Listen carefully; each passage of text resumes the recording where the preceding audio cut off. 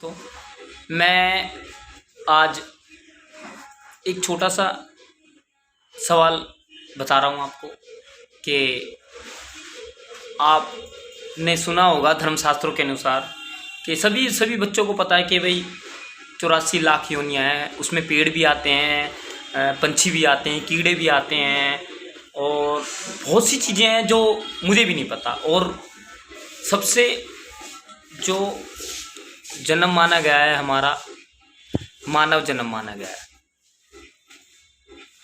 तो मानव जन्म के अनुसार आपको क्या क्या कर्म करने चाहिए अपने।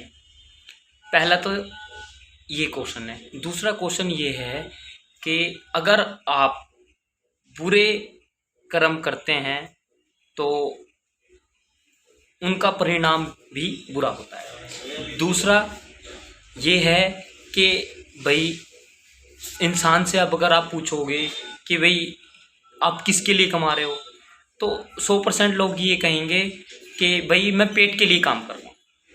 That is true. सारे लोग पेट के लिए काम कर रहे हैं, ये अच्छी बात है। बट लेकिन उनको कहना मैं ये चाहूँगा, अगर आप कमा रहे हैं तो अपनी कमाई का कुछ हिस्सा या तो दान दें। अगर आप दान देने में असमर्थ हैं तो भी आपके लिए कुछ नियम हैं, जैसे कि आप धन का दान नहीं दे सकते। अच्छी बात है, धन का दान कम करना चाहिए। मैं ये नहीं कहूँगा कि भाई करो या ना करो, बट लेकिन जितना आप हो सकता है उसका दान करो। जैसे कि आप सवेरे उठे तो आप गाय को भी रोटी खिला सकते हैं।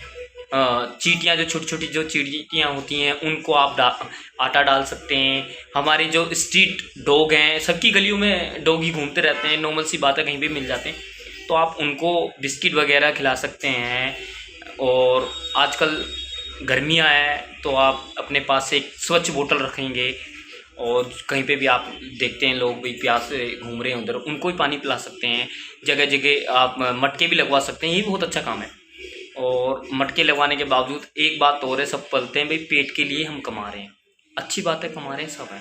बट लेकिन जो 84 लोग योनियाँ हैं, उनके अलावा भी जो पशु पक्षी, कीड़े मकोड़े, घोड़े इत्यादि जो जीव हैं वो नहीं कमा रहे, पर लेकिन वो भूखे नहीं मर रहे। क्यों नहीं मर रहे?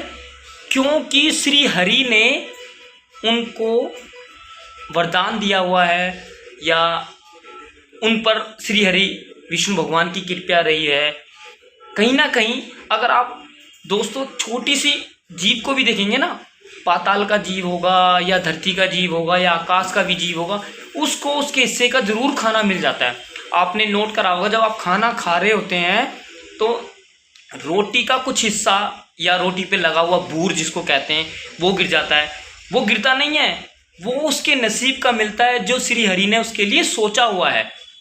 जैसे कि आप खाना खा रहे हैं तो गिर जाता है, तो थोड़ी देर बाद कहीं पे भी चींटी ना हो, बट लेकिन आप थोड़ी देर 5 स्टार होटल में भी आप जब खाना खा रहे होते हैं, कुछ ये खाना गिर जाता है, उसके बाद चींटियाँ अपने आप से पता नहीं कहाँ से आ जाती हैं, कहाँ नहीं से नहीं आती। भगवान ने उनको दिया हुआ है कि भाई आपको आपके हिस्से का जरूर मिलेगा। आप पर लेकिन छल कपट छोड़ के श्री हरि विष्णु भगवान में अपनी लगन लगाएं और राधा रानी को अपने दिल से, अपने परिवार से, अपने एरिया से उनको जोड़ें। और मैं आपको ये और बताना चाहूँगा कि भाई एक बार जब श्री कृष्ण जी राधा रानी को छोड़कर जा रहे थे, तो राधा ने उनसे ये पूछा कि आप मुझे छोड़कर क्यों जा रहे हो, तुम्हारे बिगर मेरा क्या अस्तित्व है।